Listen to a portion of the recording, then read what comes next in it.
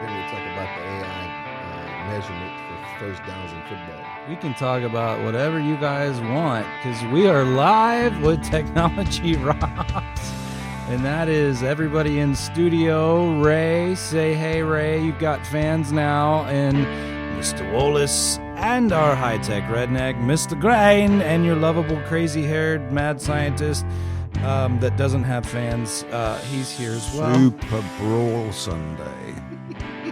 Super Bowl Sunday, as we do all of the things. And that's the disclaimer for Ian, American football Super Bowl Sunday. Yeah, but it's not real football, is it? That's why I put the disclaimer. I mean, yeah, it's American football. American football And we spell it Sunday, like, but yet not with the U. a halftime show that is in English, but it's an American football show. Yeah. Bad. What's it do? Bad. Spanish was a lot of the language back in the day, right? Back in the 1800s and 1700s. Still there is. were a lot of Spanish speaking people around. So true. Just saying, hey, if you didn't learn Spanish, that's on you. That's definitely on me. I do know Spanish. It's queso, margarita. I don't know Spanish, but I use Google Translate because I get emails from Netflix like yesterday saying, please confirm your email address. And I didn't sign up, especially not in Argentina. So we're doing a special early broadcast today so Byron can go home and watch the Super Bowl. Byron, what do you got planned for Super Bowl today? Snacks. Finger foods. Wings. And quiet TV. I like to listen to the announcers when I'm watching the game versus all this yelling and screaming by people cheering for their team. Well, you don't have a dog in the fight, though, so I guess there's going to be you're just going to watch it in silence and eat your finger food. Pretty much. Oh, well, until they start watching me. Yeah. That Nothing makes wrong all with that. sense. Ray, what do you got? You got anything fun planned? No. No, we do. Sorry, I was in mid drink and I wasn't expecting a no. I don't. I like the comedic timing. We don't care. We don't care. We do, I mean, talks way too much. Our household, I'll keep an eye on the Super Bowl on my iPad on the side, but me and my wife ignore the Technology Rocks text thread until I told you that you had fans. Special shout out to Lena and Ron, who is a huge fan of Mr. Wallace and Mr. Garcia, but Ian and I are dog food, so. And he's feeling some type of way about that. He's feeling. I can sense the downness in his. Yeah, a little animosity. Yeah. There's a little bit. It's okay, Justin. Byron, did you finally come out with any movies on your list besides any movie with this actor in it? Without what's his name, Jason Statham. For the love of God, it's Hisense and it's Statham. Okay, it's South Louisiana accent. Okay, we don't say 4, we say 4. Okay, 504. Go fo. Oh.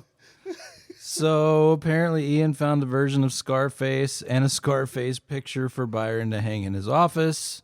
Meet my little friend. And meet his little friends. And then Ray's still stuck on Rocky. And I got there's plenty. You said your top number one, and that's where it's got to what's start. number 2? I said now you're just getting personal. No, I got plenty. I mean, you were going back to that whole thing where it's just like, there's just way too much. There's just way too much. It's just way too much. It's a lot to cover. So you can't talk about Super Bowl without talking about big TVs. So big TVs, big screens, everybody's all about it. There's a big debate whether projector and screen is dying or if it makes more sense to get the dreaded, I hate 100-inch televisions that Byron's a fan of and now Ian is a fan of, apparently. And Yes, hurry up with that, will you? yeah, well, it's not. I told you which ones to get, and you're like, I don't want that one. I want this one, and then you don't listen to the one I tell you to get, and it's like, so what I mean, what am I cost supposed too to do? much. Possibly. Well, no, the newest one isn't as good as the old one, I think is what you had found. He's looking at the TCL 98 QM something 8X. 8K, which is not 8K. It's a marketing gimmick. And the new one is called 9K, but that's just the model number. Yep. And some other TCL news, Sony is actually being purchased by TCL, so their electronics division is moving to TCL, and that's not going to happen until 2027. I think first quarter 2027, they're going to own 51% of Sony's electronics division. I still can't fathom that, in my I opinion. didn't think TCL had that kind of money. I didn't either. So my question is, what is keeping Sony afloat besides the movie industry? Because they sold their laptop industry off. Now they're selling their TV side. Well, and they're not in projectors anymore either, right, Ray? They are not in projection. So it must be anymore. just strictly the movie, Out the there. movie production. PS5 game. Well, Sony PS5, Entertainment. Yeah. Sony Entertainment owns Alamo Drafthouse. Yeah, but how many Alamos are out there? There's a lot more than you think. Really? Yeah. Okay. That I didn't know. Yeah, But and a lot of them, they're like franchise. But wait a minute. Hang on for a minute on that.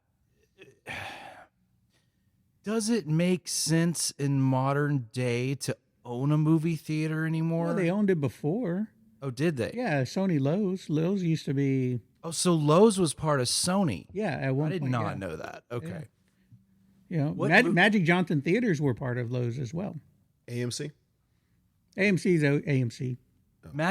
There was one of those there was only a few of those in Houston. I think one of them was in Alameda Mall, right? Something like that, yeah. Near Alameda. Yeah, I think we had a couple of them Baytown. here. I think it was Baytown. Well, one of them, it was either Baytown Mall or Alameda Mall. But just like that's like Sony's, thing. They get into something, they make some money, and then they get out. Okay. I mean, I just can't. In my opinion, Sony has always been the industry staple of quality when you think of televisions. They had the Trinitron, they have their XBR engine, and the fact that they're willing to sell their technology to a conglomerate in Zhangjiakou, China, is just wild to me. But believe it or not, Sony was the innovator of the Walkman, right? Right. So they still make a digital player They do. that's cost a small fortune over more than everybody else. In fact, a client of mine called about it the other day. There was another client that asked about. I've sold maybe 2 in my entire career. I got 2 high buys from China. And one Okay. of them is the Elvin Galvin edition, which is a unique one. It's they got a cartoon in China Japan. I think it's Japan. It's called Elvin Galvin. He's like the Tom and Jerry to the United States. Okay. So they made a special edition DAP for him, which has more memory and more RAM than all the rest of them. And so I bought that one. And then when I got it, I'm like, oh no, I'm not gonna play this. I'm gonna keep it as a souvenir. It's gonna be worth some money sooner or later. And so then I just bought me another one, and that's the one I use. And the reason me and you had this conversation is because when you doing Bluetooth audio to say devices, the Apple ACC compression don't allow you to get higher than 24 bits. But if you got an Android base that does FLAC, you get up to like 48 bits. Okay. And the industry is like 44.1, right? Right. Is the standard, so it just pushes a little further. And this one also tells you, on screen what bit rate you actually communicate. You actually send it and communicate that. Yeah, no. pretty cool. Well, anybody that hears Byron's motor, so I'll have to do a video of it. Anybody hears this thing, it's one of the few motorcycles that I've been impressed with as far as audio system, because it plays so darn loud that you would swear you're inside. It's just so, but it's not, it's hard to describe. It's not obnoxious loud. It's actually high fidelity loud. It's just, you can hear bass and feel bass and all kinds of fun I call things. it a rolling concert on wheels. Yeah. But it's a noticeable difference between playing Bluetooth on your iPhone, which has the ACC compression, and the digital player. It's a big difference. You got more volume, you got more range. More headroom, more mids. Mids and bass are usually what's compromised when you go. And that's the same effect when you go from Spotify to a different music service. Spotify is, I'm sorry, it's we're on Spotify. I have to be very careful, but so Spotify is amazing. No, Spotify, they don't allow high fidelity sound codecs to play through their services. Now I've heard they're coming out with a hi-fi edition, but they've been saying that for a long time. Apple Music called it lossless. Yes, Apple calls it lossless. Tidal used to call it MQA, but I think MQA went bankrupt, and so they can't use the word MQA now, which MQA went up to like 128 bits, which nobody records in that. So it's our show is broadcast in 128. But for all of you that want to hear the buttery sounds of Mr. Wallace and Mr. Garcia and Mr. Gran and the bowl of dog food sitting in the corner because he still doesn't have fans. But no, that's okay. You've got a fan. You just haven't found them yet. They got one though, somewhere. There's somewhere for you. If you're a fan of Technology Rocks, the one with the spiky hair who's a village idiot, please write in. That would be most helpful. We'll do you like the people do on Amazon for reviews. We're going to pay fans to call you. Yeah, no, exactly. And speaking of that, please jump on our Facebook page, unless you're Mr. Garcia, who does not have Facebook, for Technology Rocks. Some of you have already done that. In fact, Ron and Lena jumped on as well. They're actually on the Facebook forum. They kind of want to meet they were like, oh, we want to come on the show and meet everybody and hang out with Ray and Byron, but it's okay. It's okay. It's fine. I'm over it. No, you're not. No, you're not. No, you're not. Yeah, It's all right. Ray, this is going to lag for at least 6 months for sure. It's definitely. sure. I gotta drag it out and make everybody miserable. I don't think there's a small enough violin for you right this now. person talks way Give him a too quarter. much. Yeah. So give them a quarter so you can put in just somebody want to hear that. You've got a friend in me. So Ian decided to convert to the 90-inch television thing, which I absolutely despise. But Ian, why don't you take us through that process? Oh dear God! Sorry, I spilled Dear my God, drink. what have you done No, now? I What have almost you done, spilled, boy? I almost spilled my ice water in my lap. That would have. I was praying immensely. Well, I've got one of these so-called media rooms. It's nowhere near as fancy as anybody's like Byron's, I'm sure, but it's For the record, Ian, I inherit that. yeah, but it's still fancy. He tells the truth. My media room started off, it was going to be an attic when we moved in, and my dear lady said, this is going to make excellent storage space. And I said, no, it's not. It's going to be a media room because that's what it's supposed to be. But it already had speakers, which are still there because it was a model home, but they'd ripped out everything else. So I bought whatever the cheapest best. That's kind of a... Well, you must have been buying from Justin. No. This was it was actually before Justin was the main man, but I ended up buying the Mitsubishi 1080p projector that had just come out, and it's hanging from the ceiling on bits of plumbing and plywood instead of a professional projector mount, and the screen is a piece of blackout fabric from Joanne Fabrics stretched on a pine frame. But it all works. That's where he got the name from, Mr. Bobby Dotson, the high-tech redneck. So Anyway, I've just decided recently, having started messing around with a few more Blu-rays and a 4K Blu-ray player, courtesy of our friend over here, to actually put a 4K TV up. And as you can get to the 100-inch class, I think 98 inches isn't far off of 100, and my screen is only 106 inches. That was as big as I could make one. I think it would look better, even though it's a dark room. I mean, projector looks fine, but it's only 1080p, so we got to go to 4K. So what's stopping you from just going to a 4K projector? Because they're around the same price point. I mean, the TV you're looking at's between... Yeah, but then I'd have to look $2,000 to at getting $3,000. a decent screen and... Oh, Justin got plenty of screens outside the door. That's true. I got lots of screens in the hall. I got 120 black diamond that, please, for the love of God, take. You can have it. It is yours, good sir, if you want it.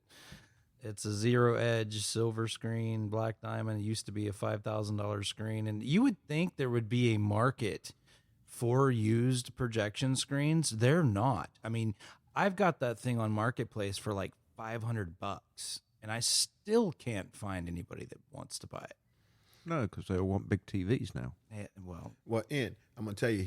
So when we was having a problem getting the projector that I got, I was entertaining the idea of getting a 100-inch TV. oh, here we go. So Justin's like, dude, how are we gonna get that up the stairs? We can't turn the corner with it. He's not. So He's not lying. the only way we was able to, we would have to get it up the stairs. We would have to get a lift and put it in my family room and lift it over the rail Yeah. into the game room, because it was not, because the way the stairs goes up, then it makes a 2-step turn. You was gonna never get that TV to turn. No, you're not going to get it to turn that angle. And that's the one, that is the very reason I do not like them. To me, I think they're dangerous. I think they're heavy. I think they hurt people, especially me. And it's just, and they keep making them bigger. I know TCL has a 110-inch now. That has to be white glove delivered, by the way. They will not let you pick it up. They will not let you your installer pick it up. They have to ship it directly from the warehouse to wherever that TV is going to live. Now, once it gets up there, then you can do whatever you want with it. They're not going to install it for you, but they personally deliver it. So all of those, hey, it's only $3,000 for this 110-inch television. It's the part that they're leaving out is the extra $900 it takes for delivery of that thing. That's what Amazon did. My Hisense, they shipped it to the hub. Then the hub, they picked up from the hub from this other company. They came to my house like at 10:30 at night to deliver it. Yeah. Did they set it up too? No, they set it up. They set it right there in the dining room and left. They rolled it right in there and put it on the dollar sign here and see you. Well, my point of getting that specific model of TV was that it's the last one that has the basic Google TV setup, whereas the new one has all the new Google stuff built in and all the new Google AI stuff. And all I want is a monitor. I don't want a TV. I just want something that I can plug. I just want to be able to plug. Now, see, stick with a projector, and I'm probably not got that problem. You don't have that problem with the projector. It just shows what you want to show. It doesn't do interactive. Nope. Not unless it's a short throw. So there's a category called a UST. That would be Epson, AWOL. Dear God, there's so many of them now. Valerian, Samsung, LG, and then there's one that I'm forgetting that's a bigger one too. Hisense or Hassan is Byron would say. They all have a ultra short throw, and that is, to me, the ultra short throw is a very interesting category because I see it as more of a problem solver category. I don't necessarily see it as I would seek out one unless I absolutely had to use one. But if I had a small room, bedroom style, so much smaller than what you have for your media room, I would tell someone to look at a UST category if they wanted to go big, if they wanted to go huge. Plus, they only weigh 8 pounds as opposed to 200 pounds. You and I was entertaining that idea for a little while. Yep. We were, and the only caveat to the UST is where does the center channel go? That's the problem. Is it has to sit dead center in the middle of the cabinet, pull it out from the wall. That's how it broadcasts, and then your center channel is just okay. We can put it below it. We can put it above it. We can mount it on a shelf right below the screen. I mean, that's kind of hard to do as well. So we got creative with it. So we did in the small 12 by 12 room up here, we did an acoustic transparent screen, which for those that don't know, that's a projection screen where you can actually put your speakers behind the screen. So Ray's super familiar with those because that's what he uses on a daily basis. And that way, to me, I love that effect because the center channel is literally dead right in the middle of the screen. And so the voices come from the voices, and the left goes where the left, and the right goes to the right, and then all of those things are where they're supposed to be. So it's a very neat effect for those that are seeking the UST category. But yeah, no, Byron and I were talking about doing UST for a bit before he went the traditional way. There was just a lot of cons that outweighed the pros. It's not something that I would tell someone to do if they already have a traditional projector and screen setup. What's the technological difference between standard and UST? That's a great question. So the lens size. The lens is always going to be larger on a standard projector. Anytime you make your lens larger, the dynamic of the picture changes. The larger the lens, the deeper the picture looks. So if you, like, for instance, if you look at something like a Barco in comparison to an Epson or a Sony or a JVC, the lens diameter is about twice the size as a traditional home theater projector. And you almost have this three-dimensional effect. There's a depth perception that just exists. If you go to a larger movie theater, their lenses are even double the size of those. So, but they have to be in that application. But on a UST projector, they use mirrors. They use a lot of mirrors. They use about a 2.0 diameter lens, which is smaller than even the cheapest projector that you hang from the ceiling. And they're manipulating the image by bouncing it off several mirrors so you can put it abnormally close to the wall and get as big as image as you need to for a smaller room. So again, that's why I normally put it in the problem solver category. However, that particular category has Dolby Vision. It has HDR10 and all the codecs video codecs that most normal overhead projectors don't have. So, but the downfall is the lens size. You're compromised on your lens size. Now, some of the higher end ones, like an AWOL or a Valerian, they have a larger lens size. So it's, but where you start to see that suffer is at the bleeding edges of your screen while Byron is falling asleep. But that's okay. No. It's fine. It's fine. Fans by Mr. Wallace has decided to leave us today, and he has fallen asleep. He's dreaming of a football game, I believe. He would like that, Ray, so he could steal our fans. He want us to exit the premises so he can steal our fans. It's not only fans, though. That's true. It's interesting. I didn't realize that the short throws were using mirrors. Yes. So no, that's how they're getting it. That's how they're able to stay close to the wall and get as big as you want to go on that. For just a little kind of insight, right? Like, back in the early 80s, 70s, 80s, cinema used what we called the periscope lens. Okay, right? so that, yeah. So and so basically almost like an overhead projector in a classroom. No, not at all. So it was the projector would sit in no, the you booth, idiot. That's not how it works. and then it would use a periscope to point the lens out the port glass to project onto the screen. So it was. Wasn't that a lot of extra work to do it that way? It all depends on the situation. Oh, okay. Yeah, I mean, yes and no, but it was kind of interesting. I mean, using light to bounce, bounce off to get your image through optics. So don't get it twisted. I'm not pooping that on that technology at all. No. I think it's perfect if you have a 12 by 12 bedroom and you want to go abnormally large, and you still lie. He's yawning in the microphone. Why would you want to go abnormally large in the bedroom? Way too much. Why would you want to go abnormally large in the bedroom? Well, several reasons, Ian. Let me tell you. Here, let me show you. No, I think this turned into a different podcast. That's my cue to leave.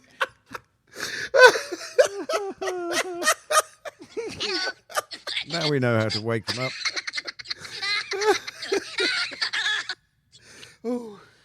I do have a question though. And oh dear God, about things that are large in the bedroom, or No. okay, go ahead. So right, would it be Notice safe? he goes to Ray because Justin's now fired. So No, Ray can answer this question.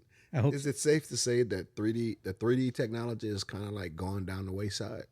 oh, thank God. No.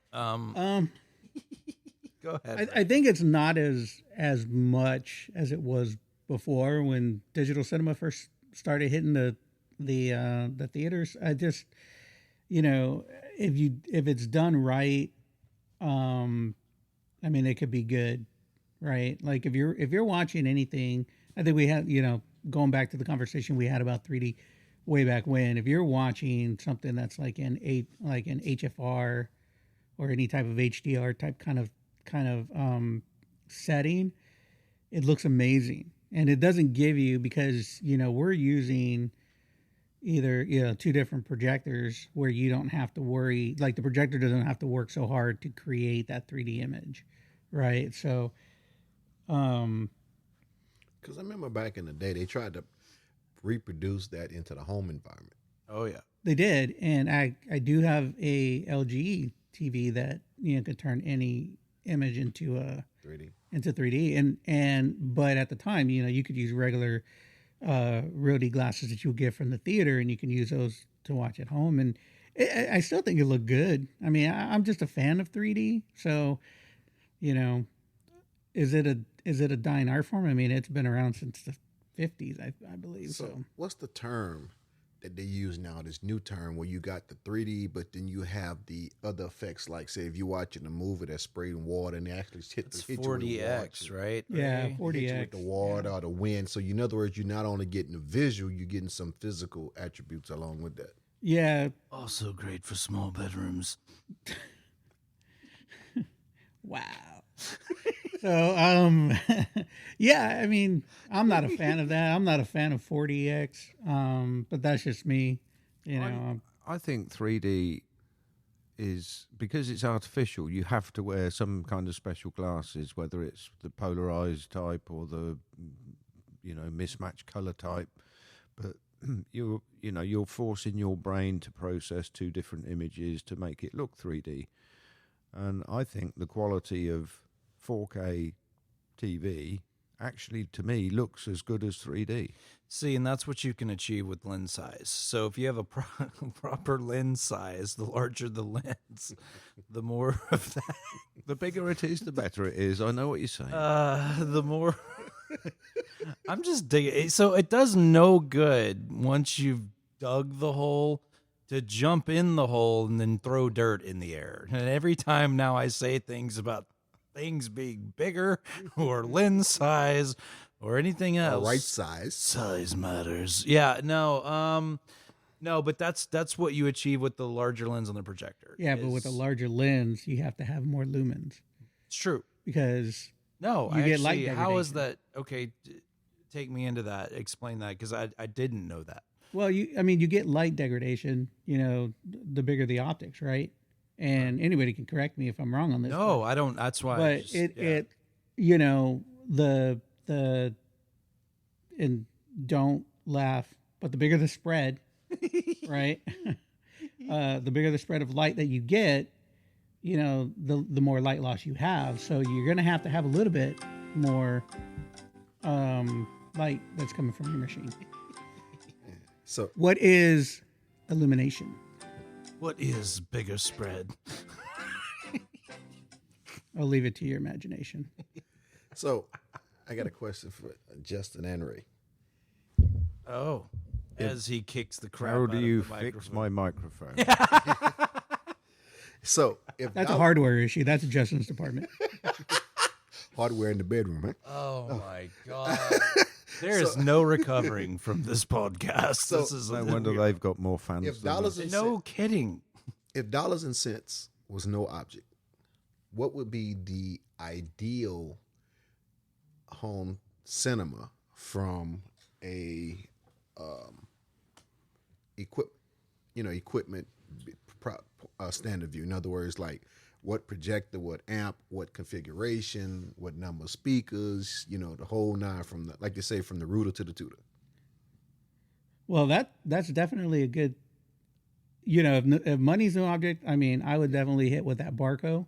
Yeah, because to add a little caveat, every home theater or every home cinema being built, the limitation is always the dollars and the cents. Right. That's what determine what you're going to get, how you're going to build it or whatever. So I just wanted a general idea of if money was no object, then, what would you I'd buy the best TV. I mean, he said he'd go with the Barco, but like we talked about last week, I get severe rainbow effect on that projector. But that's that projector, not all projectors. So that's one style of projector, and there's a reason for that. And part of the reason for that is a single laser projector is still somewhat using the color wheel method and everything else, and it's not processing colors quicker than some people's eye can see. So that's why they've since then come out with triple lasers, and then they have, I don't know what's over a triple laser now, but now you have lasers. Quadruple? You have lasers for individual colors.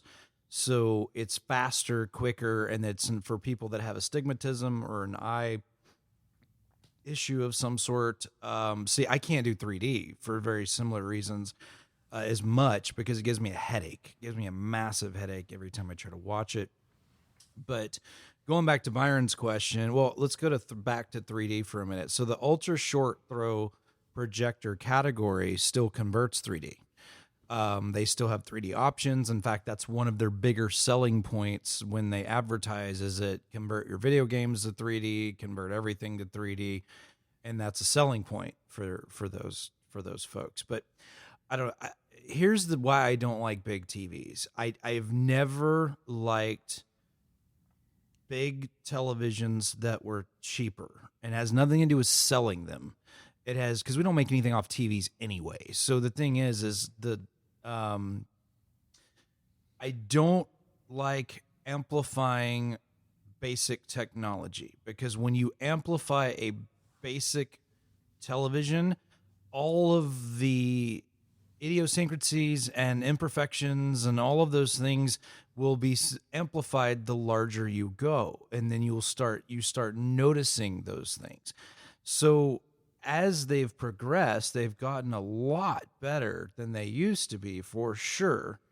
Because back in the day, I remember when Sharp had a 90-inch. They had a 90-inch television, and everybody wanted it.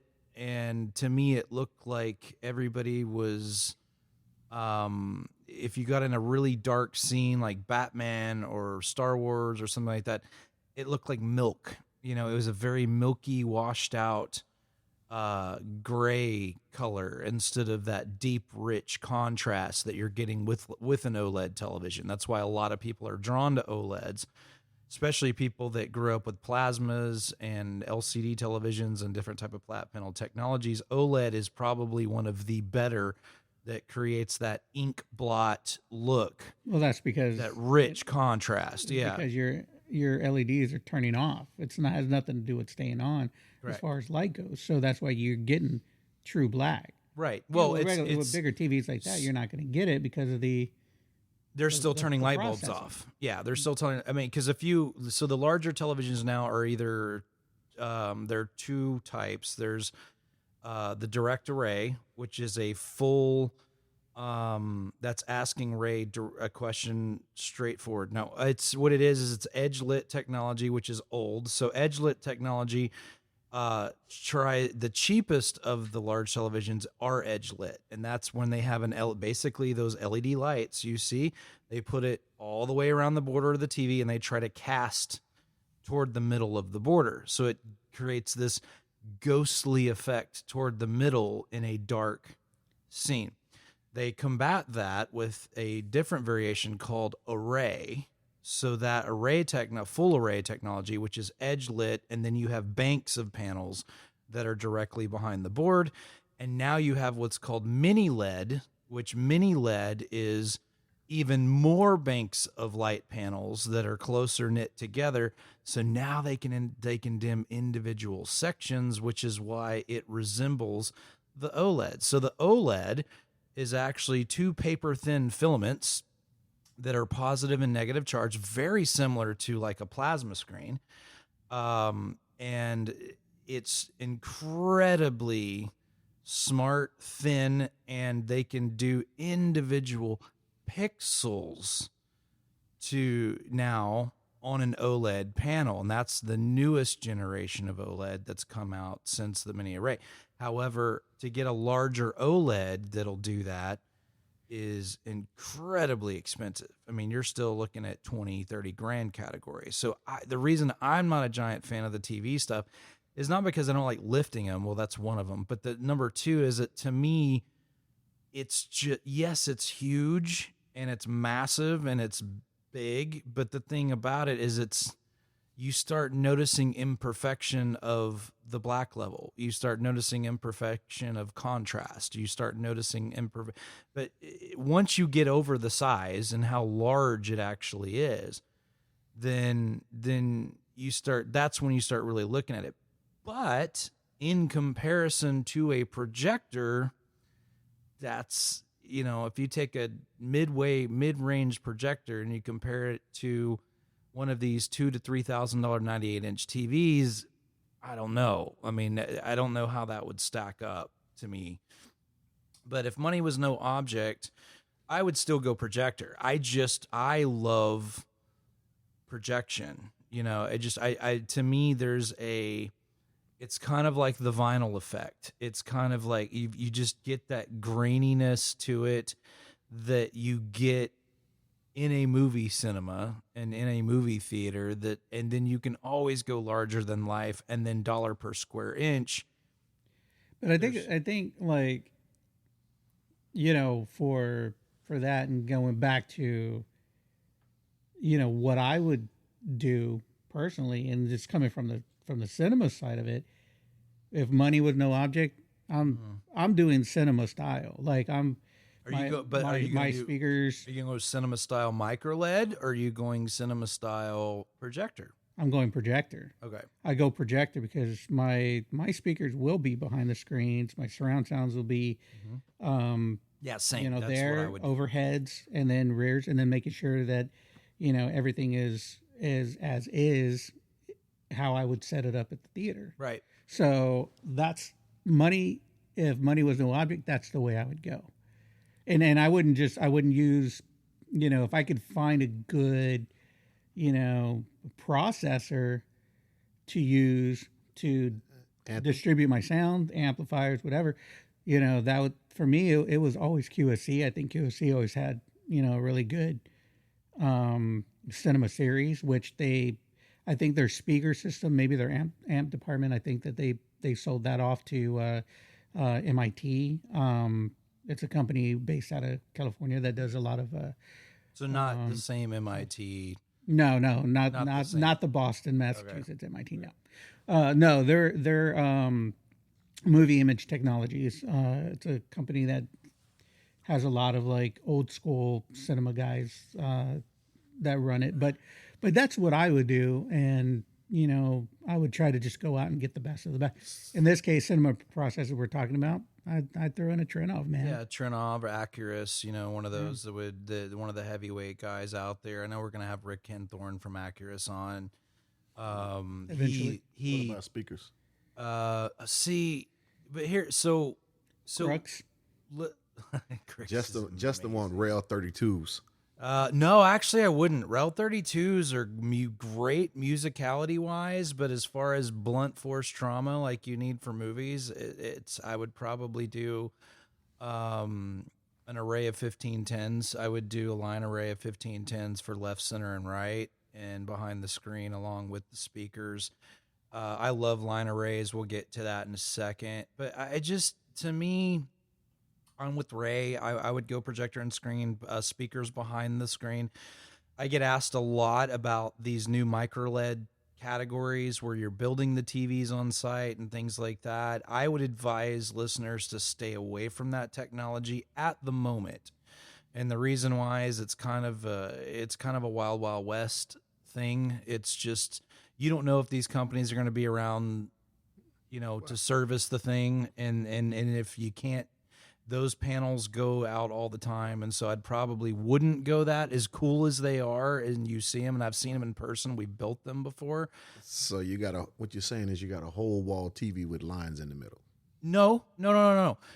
So that's called, that's you're just doing an array of panels. No, what I'm saying is, I don't know if you've seen them yet, is almost like tiles.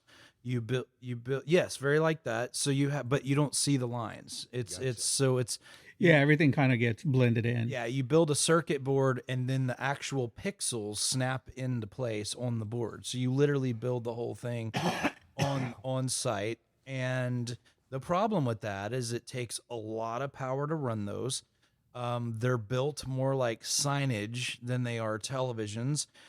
Meaning you have to have two 20-amp dedicated 20-amp circuits for each side of that panel, and it's a maintenance nightmare. It can be, but they're beautiful if you get it. They're something stunning. That looks great, but you're thinking, right? Looking at pixel pitch, looking at how big you want it, but they are modular, right? The one thing that kind of going back to the whole Sony thing, because they do what they call crystal That's LED. how they film Star Wars. Yeah, the newest Star Wars. Yeah, I mean, it's built a stadium size. It's a crystal LED, which comes really close. Yeah. One thing about Sony is, they come up with some great stuff, right? Like the Walkman, and maybe Blu-ray. that's what they want to do. Maybe they're moving into Panasonic territory. Where, if you think about Panasonic became more of an innovator and less of a Blu-ray player, TV manufacturer. Philips Magnavox is the same way. Are they still in business? Yeah, Panasonic and Philips are both still in business. In fact, Panasonic owns Technics, turntables, amplifiers, DJ stuff, all that stuff. What you call it, Technics? Technics. Not techniques? Not Technics. high Technics. Hey, you back off, Mr. Hi-Son. Or what was it last week? Sony Samsung? Is that what you said? Yeah, that's what I said, Sony Samsung. And Ian goes, what the hell is a Sony Samsung? No, man, I told you I got Gamecast. Sony Samsung, the new TCL. Or was it going to be? It's going to be Tony now, or instead of Sony, it's TCL Sony. I don't know. I don't know. As long as they keep the same, design method. Sony makes some really good TV. I mean, if I could go with speakers, I would. So here's the compromise with cinema, and when we're talking about cinema and big TVs and all that stuff, and I would go.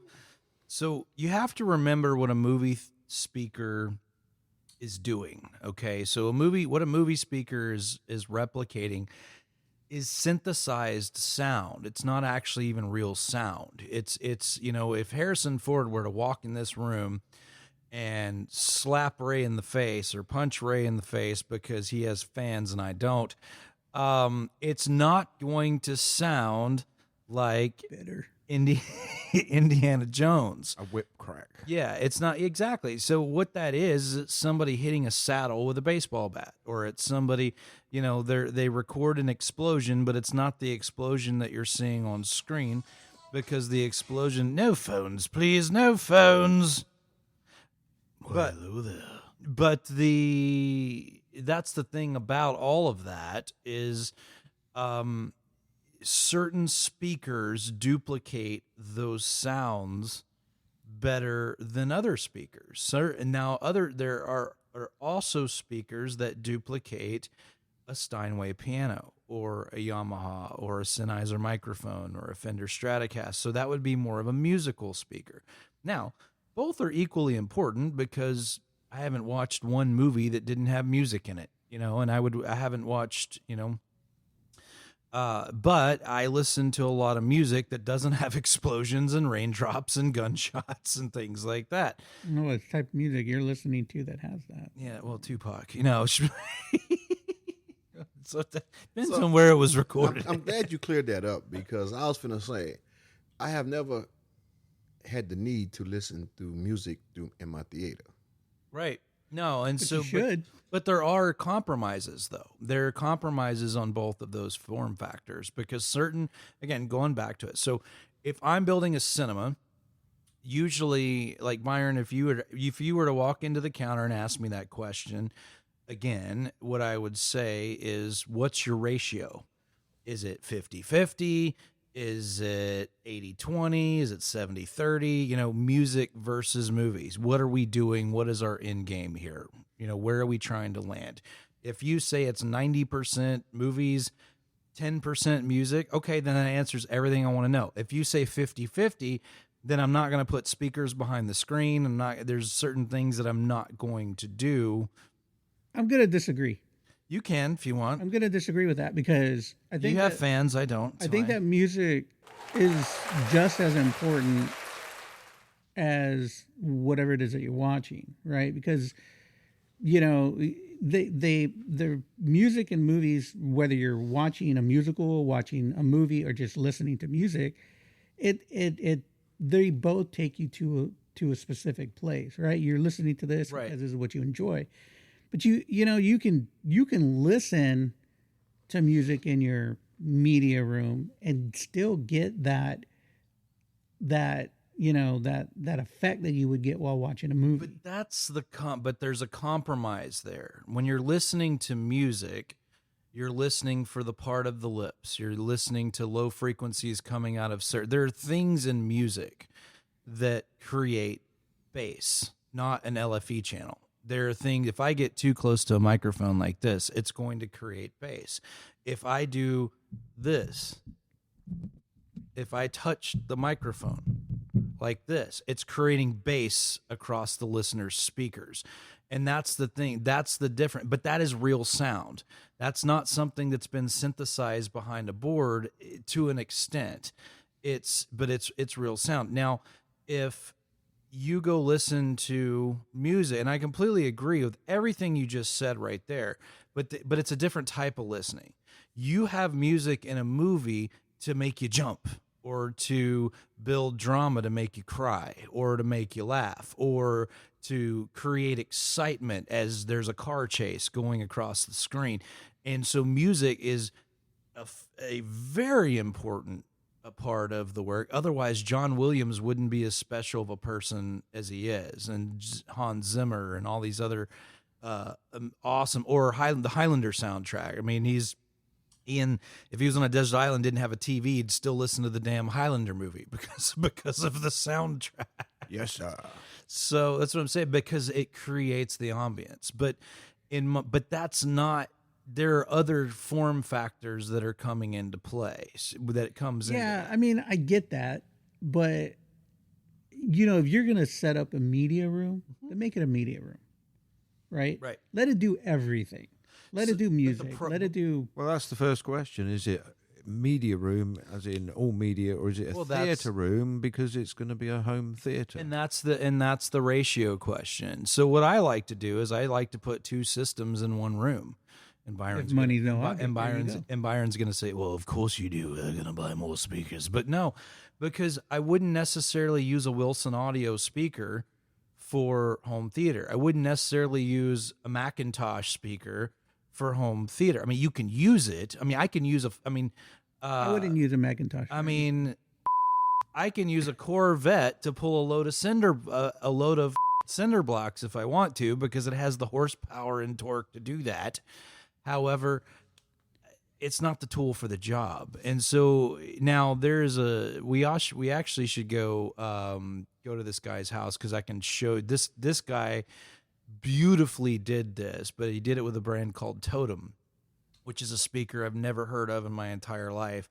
But I don't know what kind of soul selling thing they put in these speakers, but it's one of the few speakers that I've seen that just it's about this tall, but it sounds like it's 30 feet tall. It's just an amazing. But as he started going down this progression of building his cinema, he was like, music was always an afterthought, and then he started increasingly becoming interested in that particular setup. Now, in my opinion, I want a gunshot to sound like a gunshot. I want a car, I want an explosion to feel like an explosion. And that's not necessarily the right speaker for musicality. But it doesn't mean you can't play music through it. It just means there are better tools for the job. Most music has been mixed down to 2 channels. Now, if we're talking about the modern progression of where music is going, whereas atmospheric music now, Apple is doing the lossless atmospheric. You can go listen to Bohemian Rhapsody all in Atmos now. All the Beatles. I know the Beatles have done and that's that, kind of where I was going with that. Oh yeah, live music concerts are amazing in a surround sound system rather than a 2-channel. Because it's I mean, why not? Because you got speakers that are good enough to do that, to make everything sound the way that you want it to sound. Like, and me, I'm a huge component. Like, I love QSC speakers because of what they produce. I won't hold that against you. It's fine. And they just have such a great. But can you take a QSC speaker and so when I think yes, the answer is yes. Just straight to the point. Yes. My question was, can you take QSC speaker and tame it? I mean, to me, it would be like using a dump truck to back in your garage to take your trash out to the curb. I mean, can you tame that system down enough to put it in a house without melting your face off? Because those things are made to be in stadiums and large rooms. The original question was if money was no object, right? Then yes, but with the limitation of a room. I mean, they make, well, I would have to go back. It's been a while, but I would have to go back. But they make speakers that are small enough to run a. So that 17 by 20 room that's on the other side of the wall, we could run that on a QSC. We could build a QSC system that would run that. Well, I mean, that room, no. Well, wait, which one? This one right here. Yeah, the big one. Yeah, absolutely. Yeah. Yeah, absolutely. I think so. But You don't need if money was no subs. object, you'd build a house with a theater attached. Yeah, I would do like Ron Kirkwood. There you go.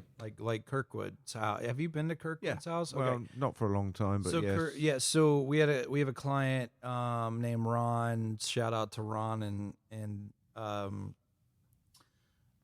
Denise. He had a cabana room behind his house, and they're not cabana room people. They don't drink. They don't have no reason for nothing. It was just a wasted room. And so he invited me over because he's always wanted a real home theater. And so he invited me over, and I went and looked at his house and kind of walked it over. And there just wasn't a room in this house and we hadn't even looked in there. There wasn't a room in the house that was going to work. And I was like, man, I don't think we got a room. I was like, we can beef up your living room a little bit, but there's really not a room that's going to work for what we're trying to do. And as we were walking out, I saw 2 doors. There was a door to his garage, and there was this other door. I was like, what's this other door? And he's like, oh, that's just a storage junk room, cabana room we're never going to use. And I was like, hello. It's just like, what do you mean it's a storage junk room, cabana room we're not going to use? That sounds absolutely perfect. So, yeah. So, and it was about 26 deep and 17 wide. So it was beautifully done. So I said, all right, we can do this. How far do we want to go? And he said, I want a Cinemark. I want this to sound like a cinema. And so we busted up the tile. We busted up the sheetrock. We got rid of the window. I mean, we built it. We floated the room, floated the floor, isolated the whole thing all the way to THX spec, acoustic panels, whole 9 yards. And good carpet, good everything. built the stage up front, subs in the back, subs, and this is before subs in the front and back were popular. It was before it was actually, the normal thing to do. And it was amazing. It was, it's still probably one of the better cinemas that I've built in my entire career. But it was a room that was purpose built. It was built for, and I cannot, I cannot add that room acoustics is so important to the way a room sounds and enhances. Everybody gets so hung up on room correction technology and all this hokey pokey wizardry that's supposed to make this crappy pile of garbage sound better, instead of just correcting the room. And you can take even a basic home theater that's budget level friendly and add some acoustics and really do the acoustic work in the room, and it's going to sound better than a high-end room. It just will, that without any acoustic treatment. I agree with that. But if I were going to do that right, I would do a multi-purpose room, but I would have something for 2-channel, something for vinyl, simple integrated, nice set of towers, couple subs for those towers, and then I would have my atmospheric for watching things like live concerts and whatnot. I would do it both ways, Byron. Would you answer the question? Yeah. So with all that, what do you think? Well, my I next feel like you just called on the class and he was sleeping. no. Money, no object. You've forgotten the elephant in the room. What's that? The K word. Oh, that's Kaleidoscope. definitely. Oh, wow. Why do you got to bring up some wounds like that, man? Salt in the wound. Salt in the wound. Well, you said money, no object. It's true. Yeah. But then again, based on all the conversation y'all just had, Based on all of the crap you just said. how you would think that room would compare to the actual cinema?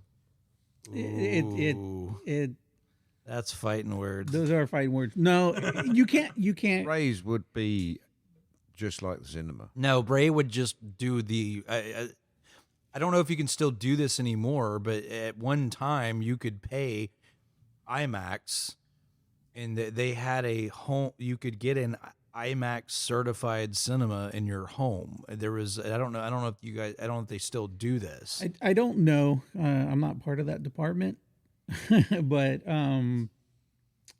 I did hear that they were doing that at one point. I have a question for you. Subs behind the screen or no? Yeah, why not?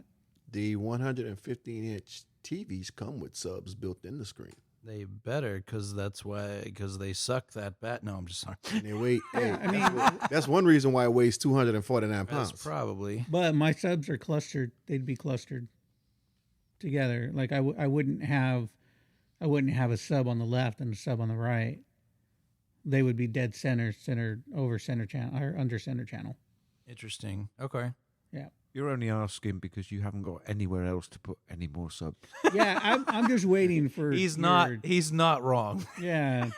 He's got more subs than the Well, Navy. you need to put some butt kickers on those. And if you don't know, butt kickers are just the actual kickers term. are designed for people that didn't build their cinema right. The butt kickers are offensive to me. He's going to be putting subs under the theater chairs in the cinema next. That's you know what I'm going to tell you. So far, I've got 5 in the front. So back in '99 or 2000, something like that, right?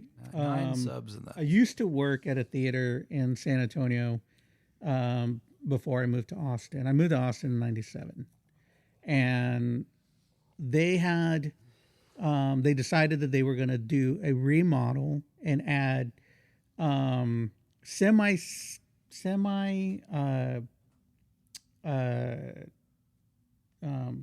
what do you call that? I can't even think of the term right now. 7-inch risers instead of 14, right? So stadium style seating was 14 inches. They did stadium style semi, right? So they did 7-inch risers. But this was one of the first theaters I ever been to, like after working there, leaving, whatever, after they did their remod. they put subs underneath the risers. And I thought, wow, that is a brilliant idea. So I wanted to test it out, went into the auditorium, watched the movie, and it was amazing, right? So I was like, man, this is kind of where we need to go. And I think that for the most part, you're starting to feel nowadays, with the subs that they put in theaters, regardless of which one you go to, you can feel that rumble, even if you don't have butt kickers, in the seats. But so to get to your question, yes, absolutely, I would do it. Definitely put underneath. If you're building a riser, right, in your theater room, I would. That's something I would definitely experiment with for sure. Interesting. So, yeah. I can see the wheels are turning on. I know. He's looking to see where he's going to put those other 14 subs he has sitting in a box. No, I've always been under the belief that, and I'm so happy we disagree on this, that if you build the bass wave correct, then you don't need something in your butt that's going to vibrate in a cinema. Some people like vibration. If you build it, they will come. Oh God! Cicada Audio did that, man. That's a true message. Because Cicada Audio had this 8-inch mid bass speaker that the web, I call it, was made out of it was cast metal. It was like 15 pounds for this one speaker to put in a saddlebag of a motorcycle. But they sold tons of them. Because the owner, does that not throw off the weight balance of the bike? Because there's one on each side. Oh, okay. I was gonna say 15 pounds on one side. I'm like, but the owner who's deceased now, his name was Larry Fitzgerald. His mindset was build it and they will come, and he built it, and he sold tons of them. Now that he's deceased, they revamped it and did a stamp basket and cut about 6 pounds off of it. And he's selling more of the same speaker. Yeah. It's all about innovation, where you go, right? With sound. So, I mean, again, there's no, well, I guess there's a wrong way to build a cinema room, but, it's all going to be going back to what you would like and how you would like to achieve that. So for cinema, I think JBL checks a lot of boxes off. It's just the reason why is they have a price point for everybody. They have a $300 a piece speaker, they have a $500 a piece speaker, and they have things that go all the way to as esoteric as $10,000 a piece speaker. So the nice part about how they designed these things is there's no compromise in the variation that you buy. It's all going to be a top performing, punches above its weight class product. JBL is used commercially, it's used residentially, it's used in a lot of different facets. It's probably, I guess, the side by side competitor of QSC or Meyer or SLS, or they're just right there in the pocket with everybody else. I don't know about SLS for me, although Dolby does own SLS. Oh, SLS they're awesome. I've used them before. I'm not a fan of. I mean, they ribbon suck. drivers. I'm sorry. No, yeah. I'm sorry, Ray. I mean, they sucked. No, I'm just not a fan of ribbon drivers. I'm not either. I'm not a ribbon guy. I've never been a ribbon tweeter guy. This is one of those things where on season 1, I stood my ground on it quite a bit. Is the other half of the equation was a ribbon tweeter guy. Loved them. I couldn't stand them. It was too bright for me. Too bright. It was way too bright. What I love about what JBL did in comparison to someone like Klipsch, which is also a popular home brand, mostly because they're 90% off everywhere you go, is that JBL designed their compression tweeter for home use as they moved into the home market. They didn't try to just use horn tweeters for everyone. They softened it a little bit so you could put it in a medium-sized room or a large room or a small room, and it's not blowing your face off. I think JBL consumer products are better than their cinema products for the theater. Yeah, so I don't know very much about their cinema products for theater at all. That would be your territory. No, I think it was just a lot of the issues I've come across. Right, but most of your issues, they're your issues. No, most of your issues. I have issues. Yeah, I have issues. Yeah, no, most of your issues were with their amplifiers, correct? No. Oh, just speakers too. No, just their speakers. I never really messed around with JBL. Did JBL even make? Well, Crown. Oh, I mean, Crown. That's them. No, Crown.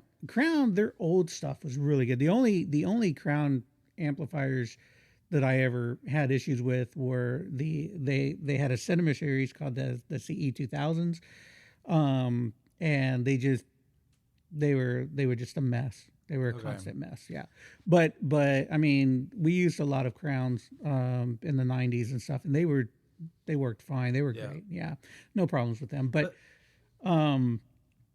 JBL, you know, mine was more hardware on their speakers.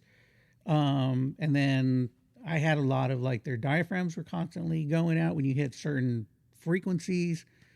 And then they had the push type connectors, and constantly springs were breaking on those things, and we'd have to go in and get those replaced or try to, you know, rig it to make sure that the subs were still connected. But that's just well, I mean, but that's a different market. It's I think that's why I like their consumer stuff. Their consumer stuff is great. Yeah, like the synthesis, it's just to me it creates that pressure that you don't achieve with most home cinema products. And to me, if you're trying to mimic a cinema, then use someone that builds cinemas. That used to be my call tag, unlike this year. For Sony, I used to say, hey, they're the only electronics company in the group that owns a movie theater or a cinema, a movie studio, a video game company, and manufacture their own electronics. Well, that kind of goes out the window next year.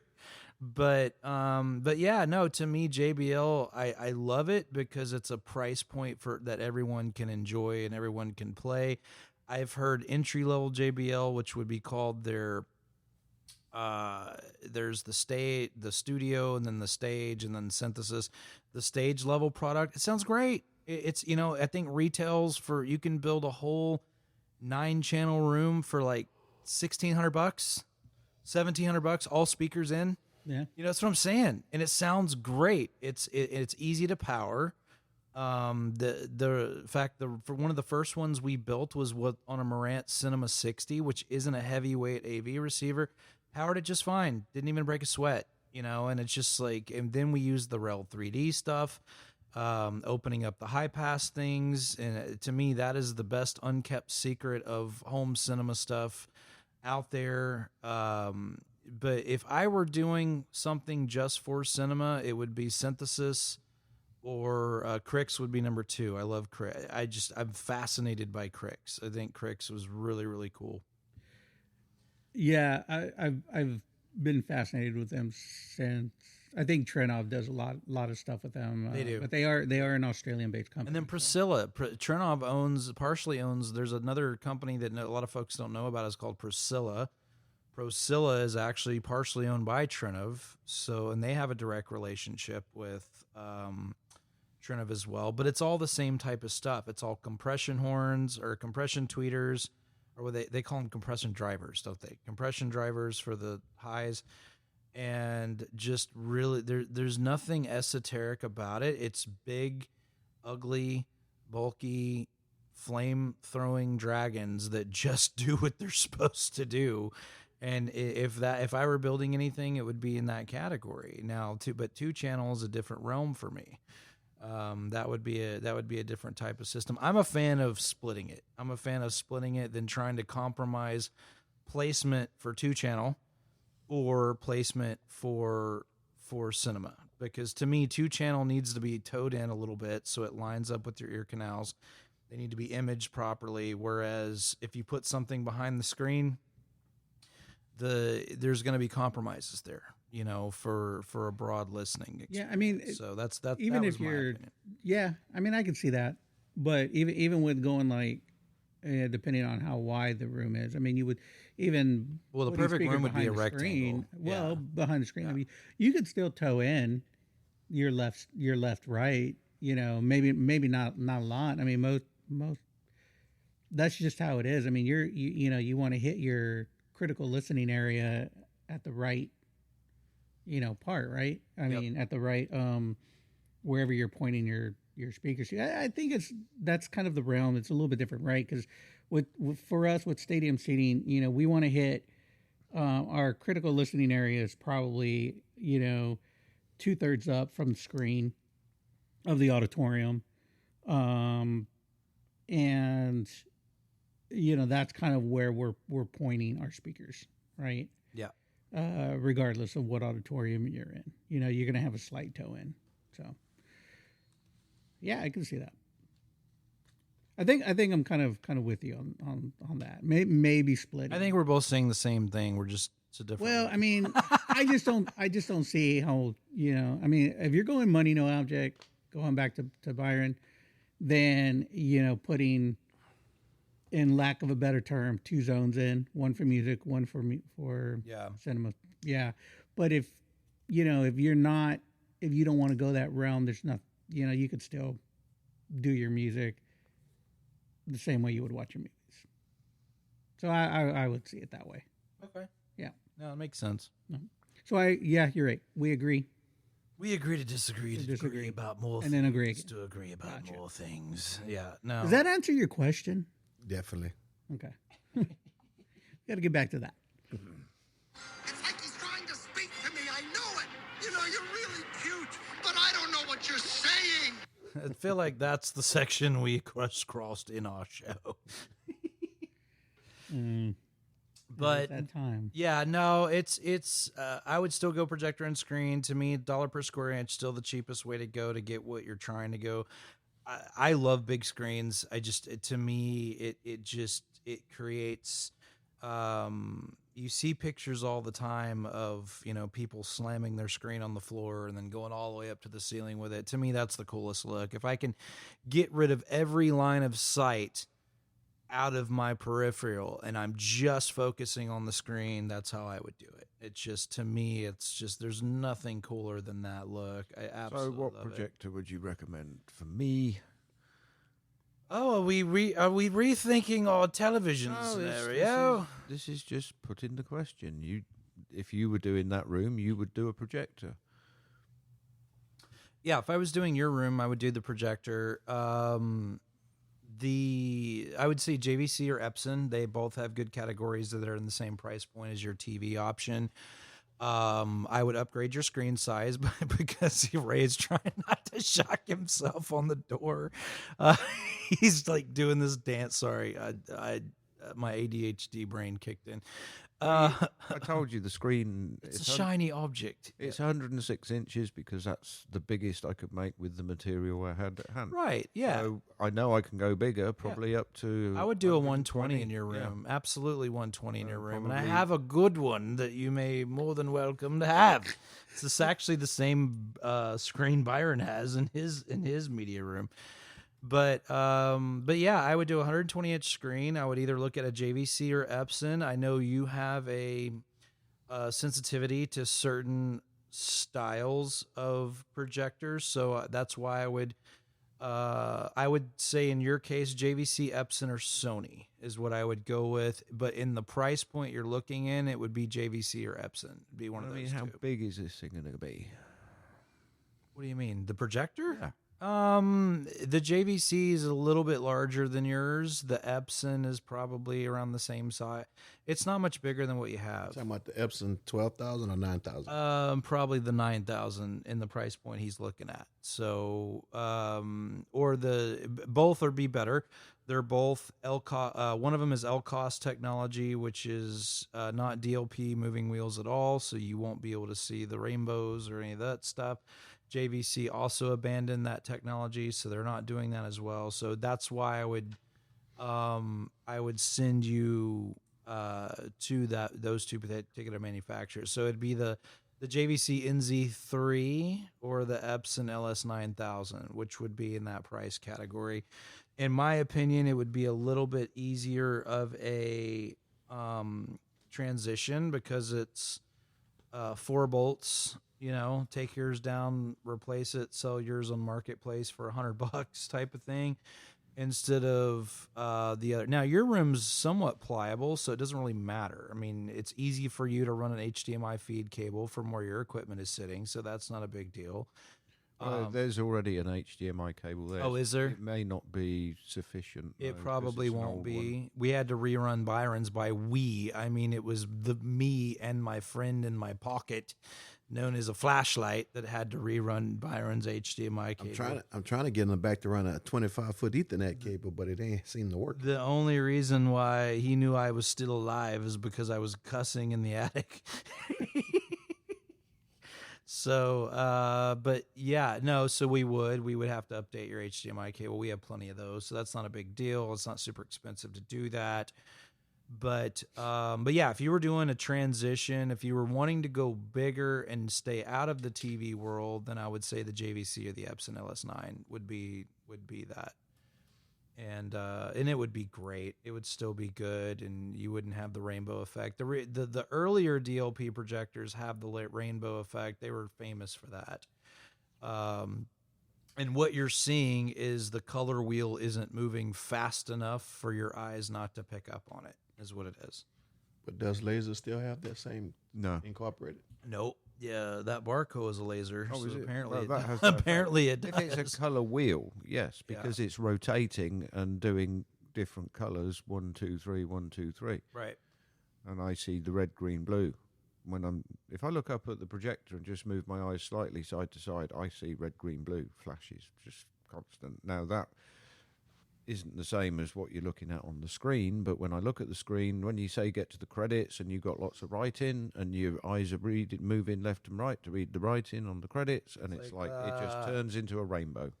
Yeah, no, so a lot of these cheaper projectors, and I'll warn the audience about them, not mentioning names, but I'll say one or two.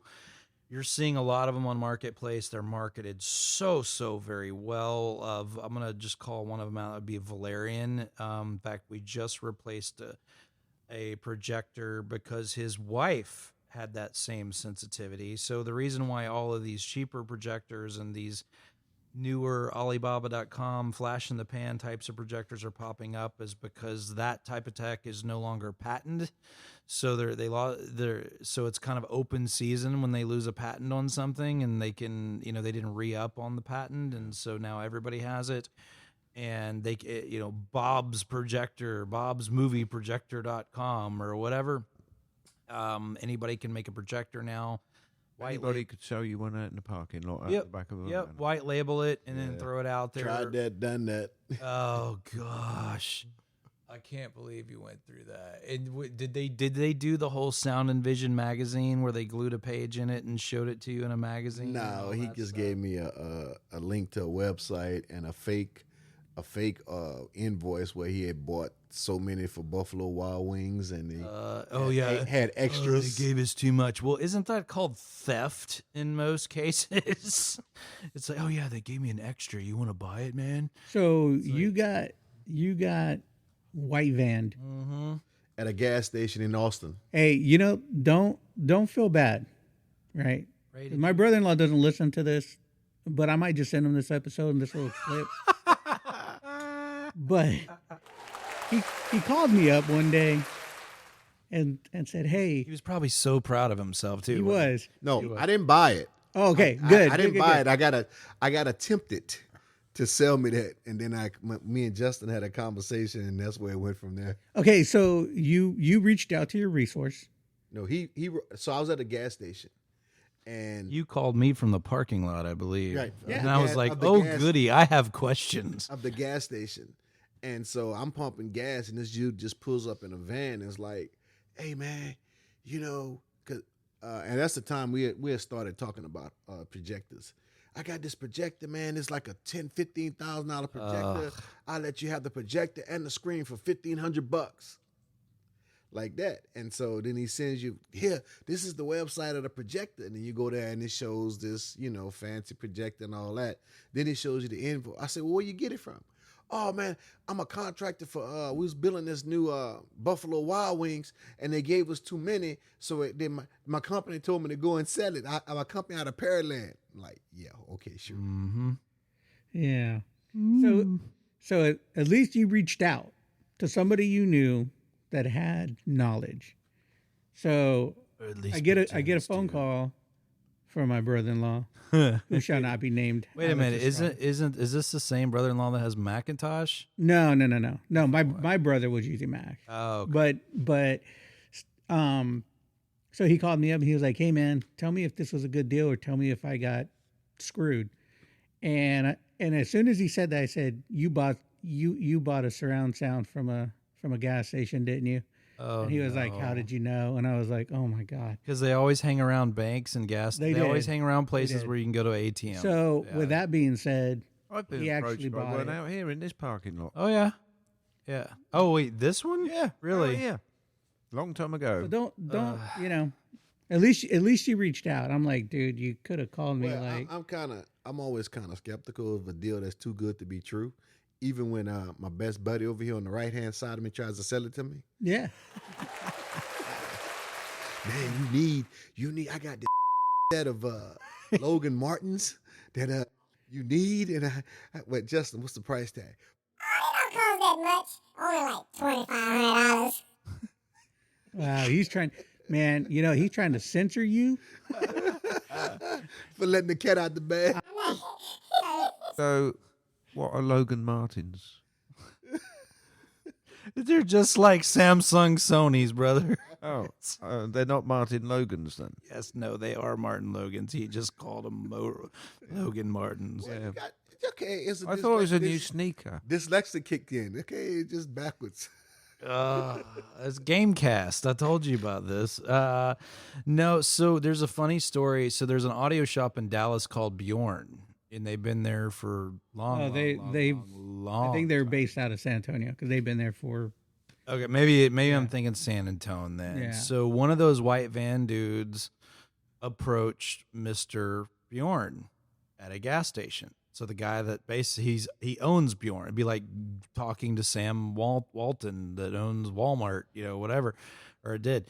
So he walks up to him and he said, "Hey man, I work for Bjorn's and we got a couple systems left over from a job and we're just trying to get rid of them and da-da-da." And Mr. Bjorn looks at him and goes, "Oh, you work for Bjorn?"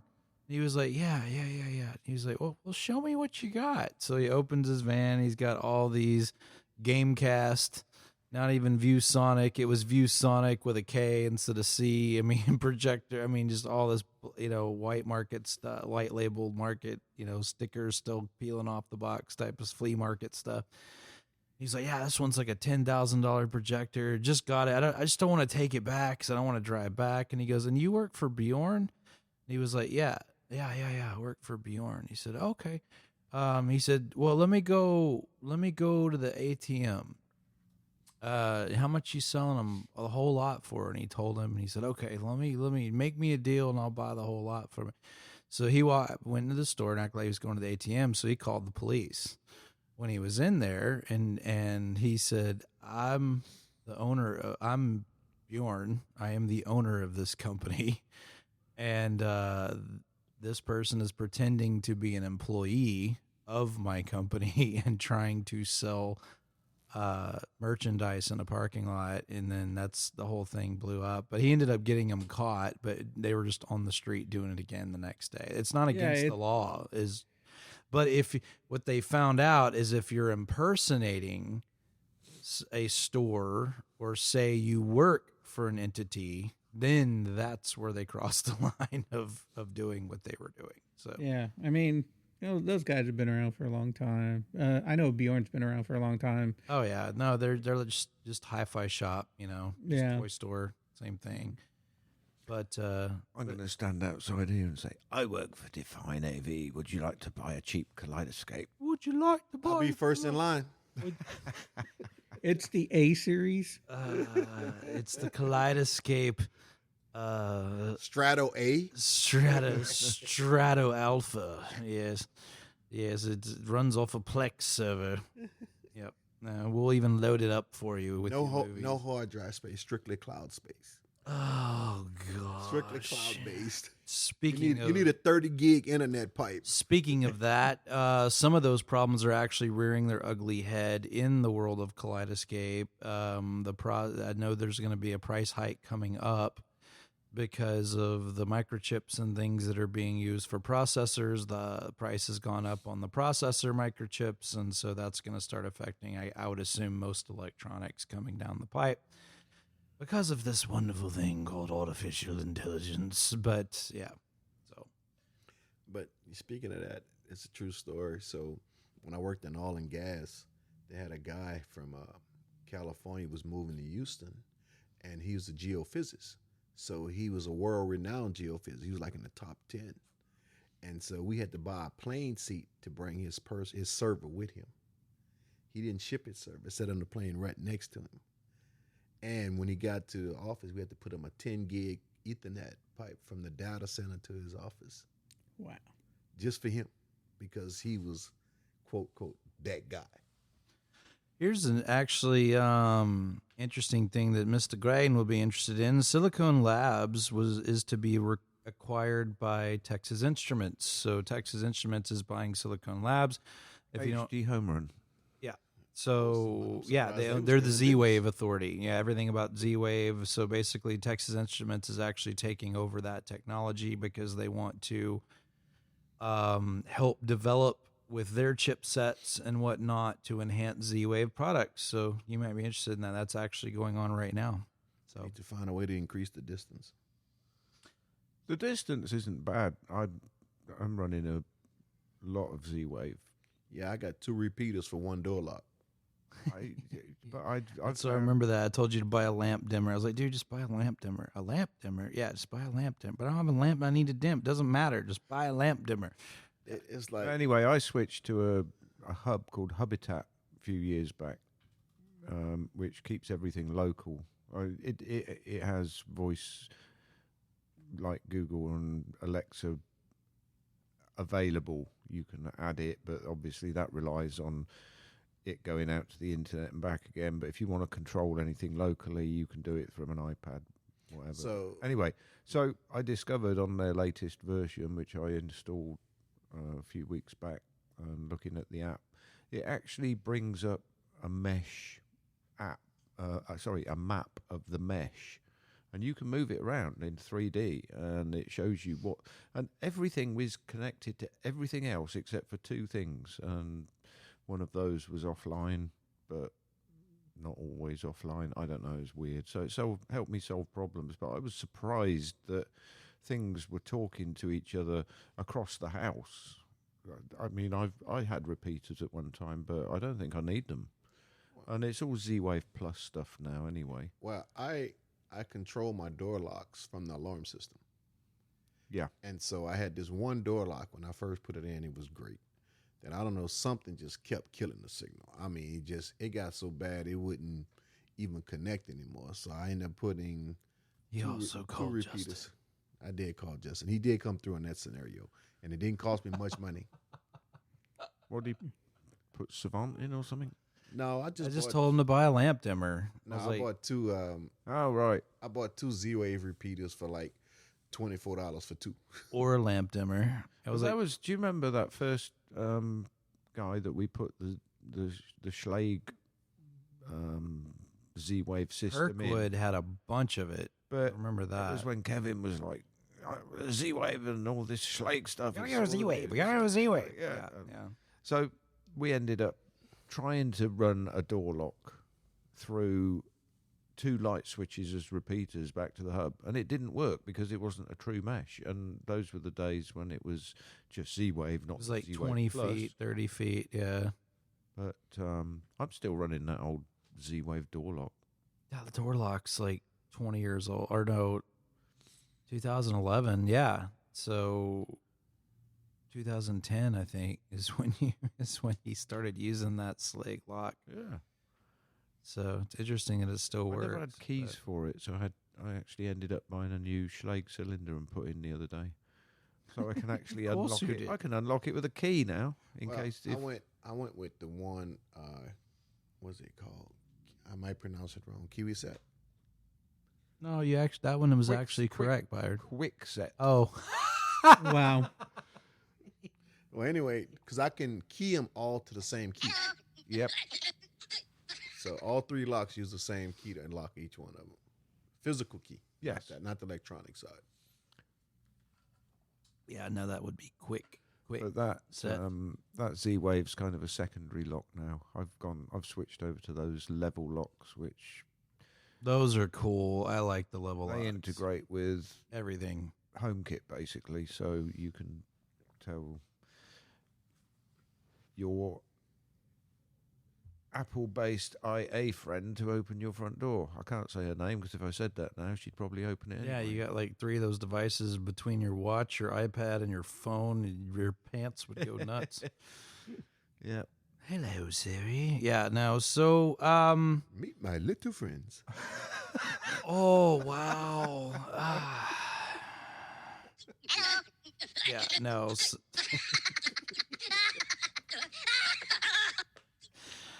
Oh, Kevin. Yes. No. Yeah, so Ray, would your home cinema have 3D in it? Probably not.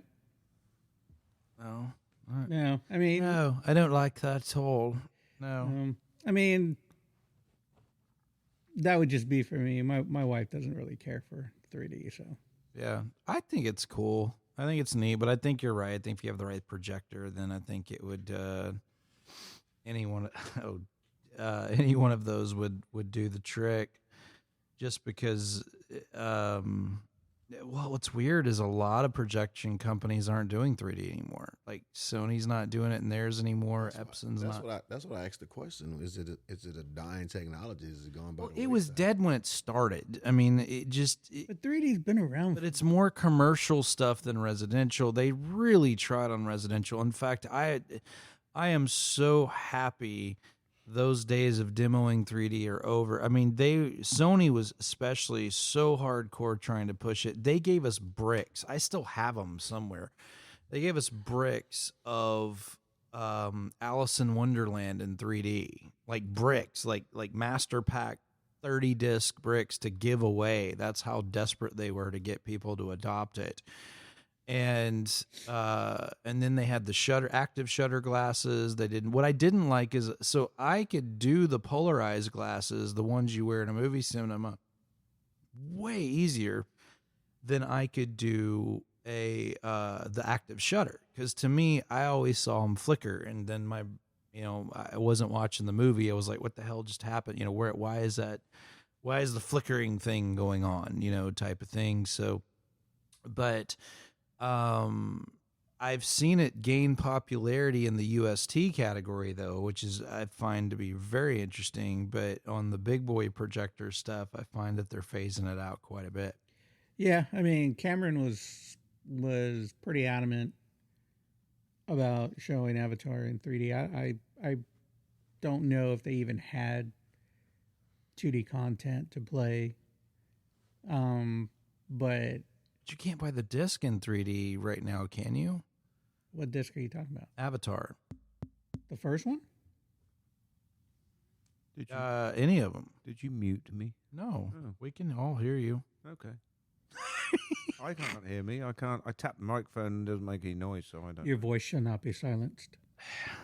It Thanks. has been silenced. Can you hear yourself now? Hello. Yeah. I can hear him. Is that better? If you're gonna Say that. I'm going to get out my... Friend. You need to take that board away from Justin. That's true. Oh God. But That's a party. I don't know, man. It just I like it. Not a lot of people do.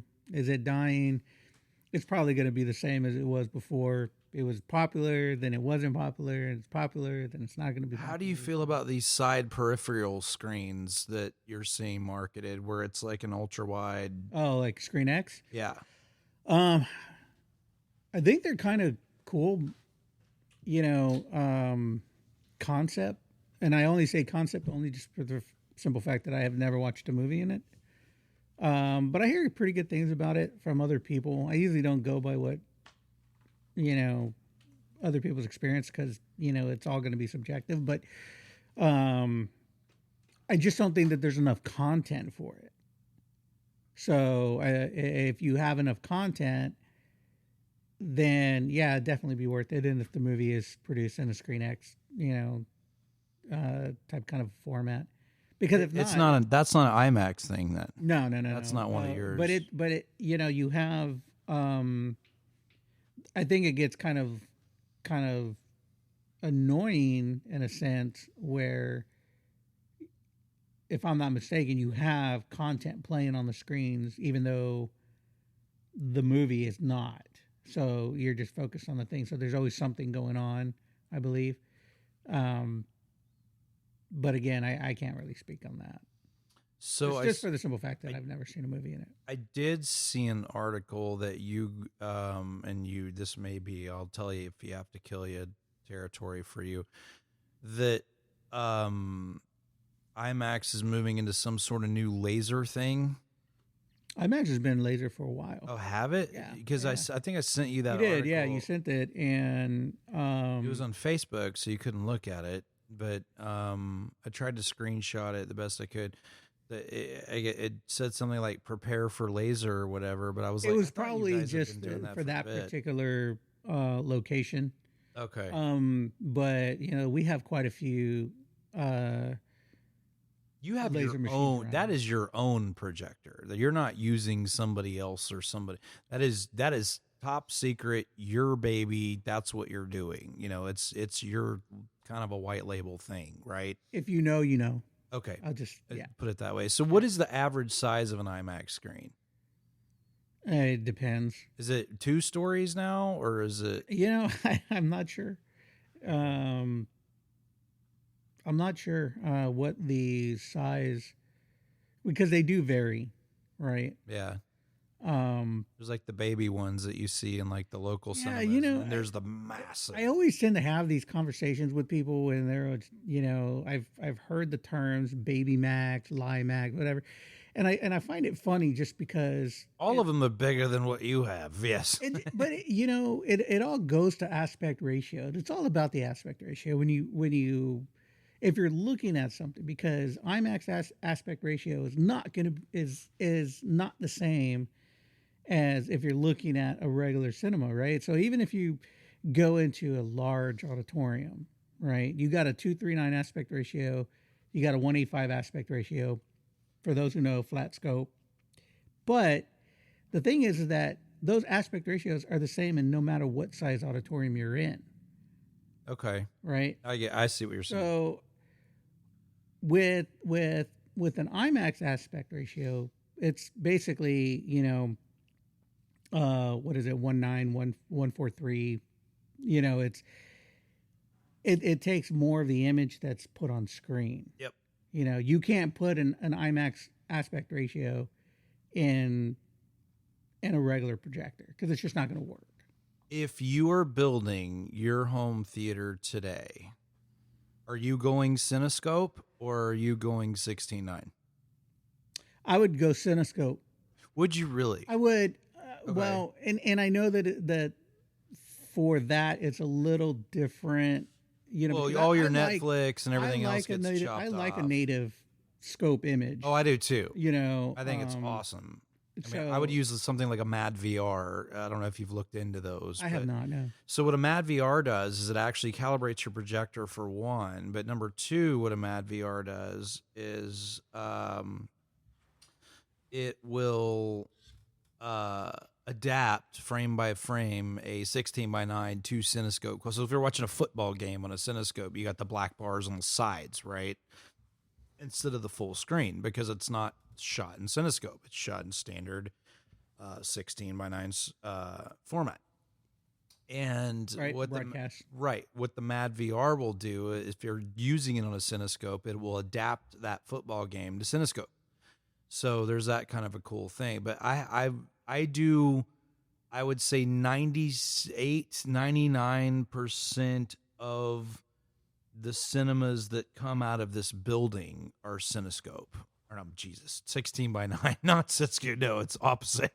They're, what are you doing in the corner over there? No, I'm just playing, because I'm catching him in the corner of my eye, and I'm like, what, are you flagging me down? What are you doing? No. This is why you need to sit here, and he needs to know, because then I would be going, what are you doing in that corner? Yeah.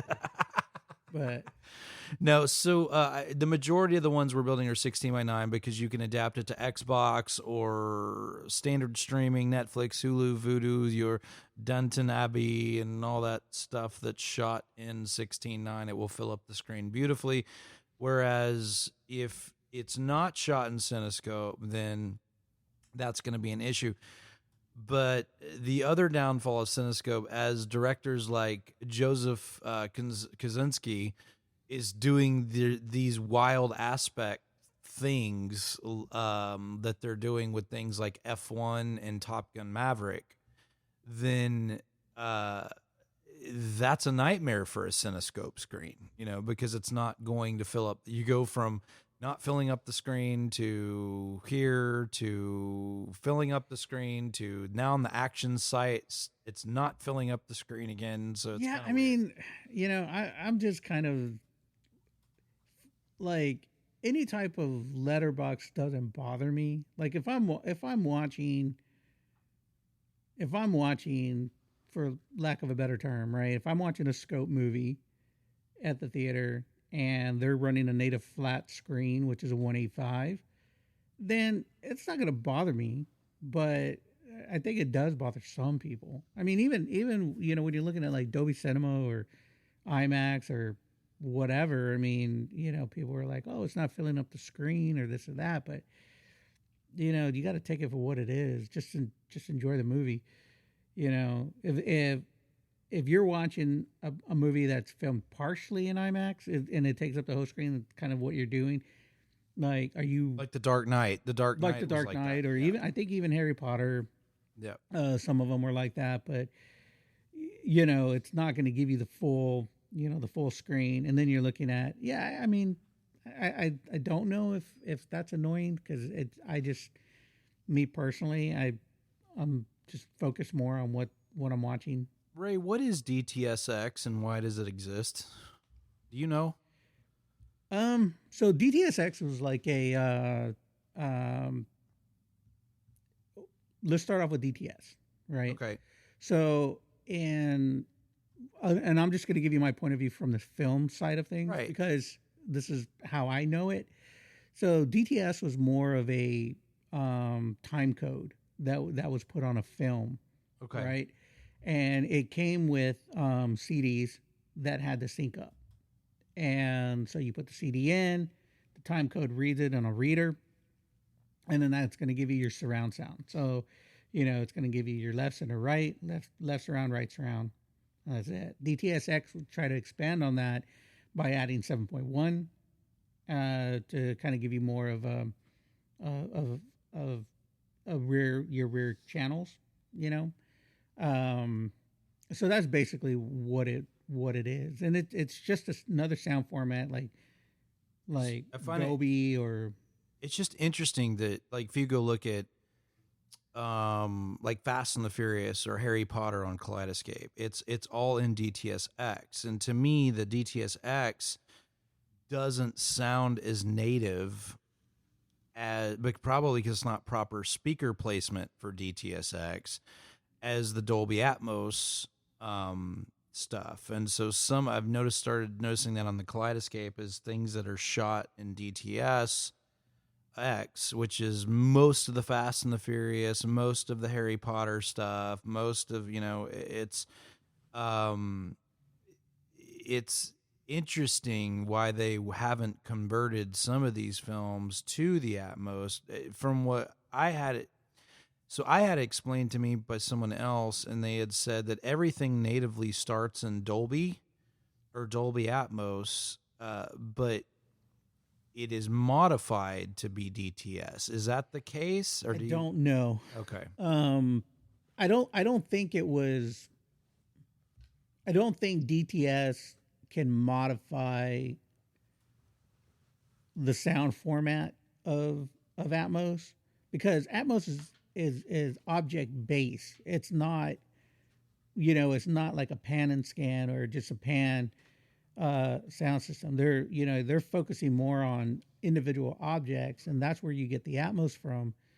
Is that it's an object based sound mix.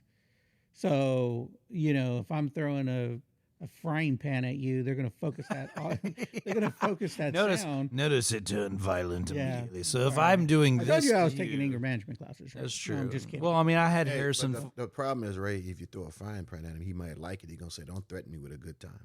Oh, geez, here we go again. And I mean, I had Harrison Ford slap him earlier, so it's so it's only kind of a fair. payback.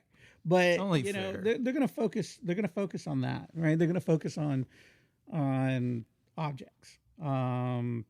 So that I don't know how DTSX would compare. I don't think DTSX, and anybody out there could correct me if I'm wrong, but it's not an object based. So if you were building the ultimate cinema, as far as speaker placement, would you do it for Atmos or would you do it for both DTS and Atmos? No, mine would just strictly be Atmos. Because DTS is like voice of God channel, front wides, rear wides, rear mids, rear mid Well, highs. you got to remember though, like even with Atmos, your wides only are activated during Atmos content. Right. So a lot of the argument of the forum banter, so to speak, is that there's not enough Atmos activity, and I call bull on that, because to me you're either using a crappy source to begin with that isn't where your Atmos is compressed and it's not as pronounced,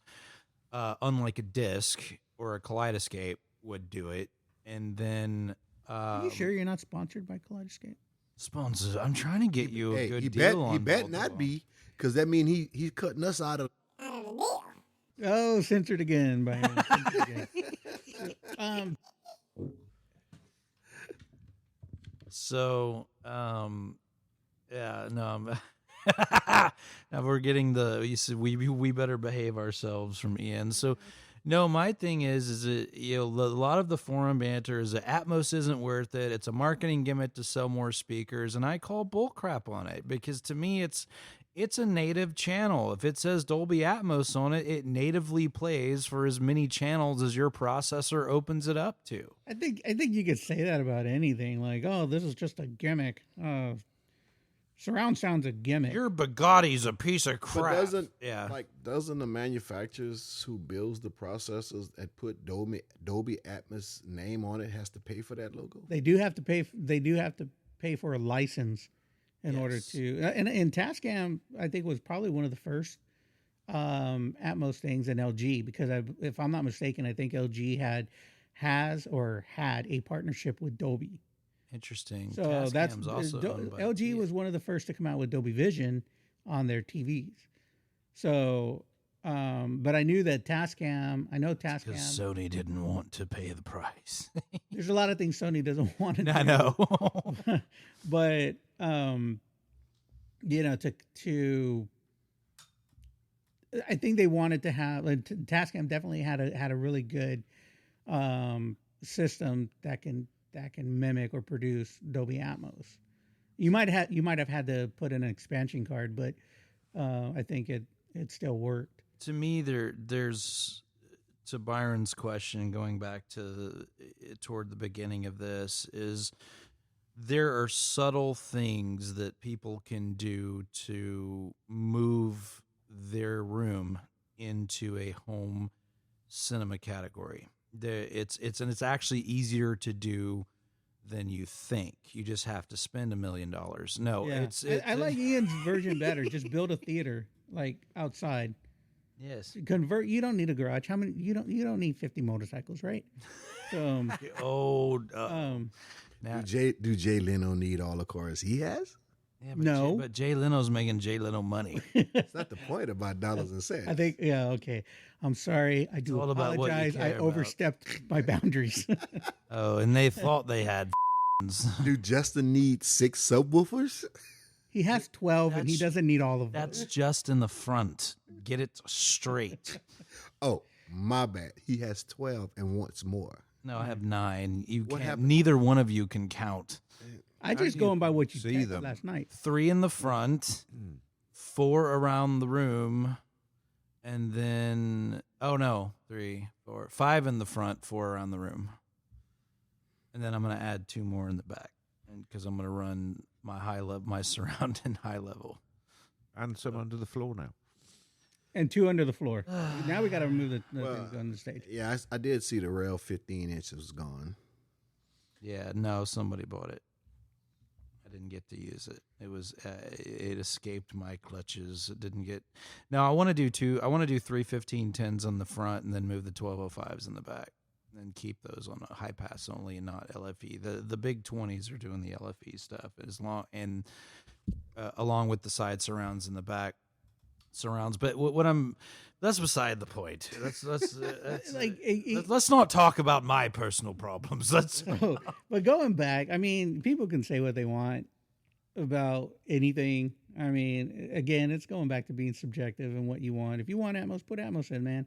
Yeah, I'm a huge, component of Dolby Atmos. To me, there's 5 simple rules to this. 1, correct the room. Don't rely on room correction. Try to correct the room the best you can within your budget. I mean, you can go buy these stick on the wall tiles from Amazon, and they have acoustic properties where they'll get rid of reflections and things like that, and it works wonderful. So you mean the eggshells doesn't work anymore? No, you can put mattress pads on the wall if you want to, but we've egg done with the cards. studio door. If you look at the studio door, it's kind of like what I did with the studio door. 1, I just hated the color of the door, but 2, I was trying to get rid of more reflective properties so our recordings would sound better. But that's the thing: correct the room. Don't rely on room correction, and that. So no Odyssey, no Dirac. In what? No, you can still do that, and it's still there. Those are still absolutely wonderful tools to use, but they're not miracle workers. They're going to basically, if you run a standard room correction without correcting the room and adding acoustic material, congratulations, you just made a really good speaker sound like a Campbell soup can, because all it's going to do is it's going to try to critique that curve based on the reflections that the microphone is recording, and then it modifies that wave, and most of the time it's cutting it off at 80 hertz, and you've got these weird dips, and it tries to flatten the curve out. But if you have a wonderful speaker that goes down to 43 hertz and you cut it off at 80, then you've got all this beautiful information you can't utilize because of what your room correction did. So I always 1 of 2 ways to do it: either rely on a professional or go back and look at your curve and understand what those curves are. And that's why I say rule number 1 is always to correct the room if you can before relying on it, because both of those things can enhance that experience and bring a home theater into that home theater scenario or home theater territory. So we pause for a commercial break. If you're looking for a professional for your needs, define AV and audio is your guy. No, it's not even really. So yes, well, yeah, we can do that, but or somebody like Ray can do it, or there's all kinds of form factors of these things that can be done. But rule number 1 is always look at the room first, and because the room plays just as important part as the gear you're putting in the room. Otherwise, I've heard a lot of rooms that sound at absolute horse, because they don't treat the room. They put really expensive things in the room. I mean, Ray and I were in a room where the speakers were dang near 8 feet tall, and he had a freaking gong in the corner. You know, it's just like Was that the house that had the giraffe on the ceiling and all kinds of weird. Yeah. So with that said, then some theaters, not cinemas, have windows. So what effect does the windows play? A lot. Yeah.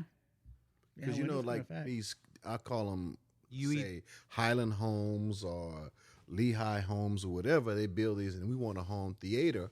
They got a theater room, but they got windows in the theater room, which baffles me because it's supposed to be a totally enclosed dark room. Yeah, I think that's somebody who designed that room who absolutely knows nothing about building. Well, a couple ways to combat that. One, you can buy acoustic absorbent drapery to put in front of the windows. You come up with a permanent solution. You can do 3/4 inch plywood, wrap that in acoustic panel, and then attach that to the wall, get rid of the windows altogether, and then just make sure you do blackout shades or whatever on behind it or window tint.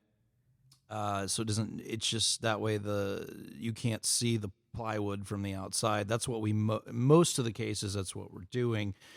Just to get rid of the windows. Windows don't bother me because a lot of times we do high-end living rooms or high-end game rooms that just, it is what it is. My job is to keep the end user alive, or me alive, and them married in most cases. So if I start talking about taking windows out, then mama gets pissed. And so Justin doesn't stay alive. And so, we just kind of work with it. But yes, glass reflection can create all kinds of weird issues especially with high frequency, for sure. And I think Ian, your room has 0 windows. Oh, I thought your door had windows in it though. Nope. Oh, does your door not have windows? Okay, No I thought it windows, did. Doors or walls or anything. So back with how to deal with windows. So the thing about windows is yes, they cause reflective property, but so does sheetrock. So does hardwood floor. I mean, the other thing that I get hit with quite a bit is, they'll talk to me about the room, and it's like, okay, well, what kind of floor surfaces are we using? Oh, we're using hardwood floors. And I'm just like,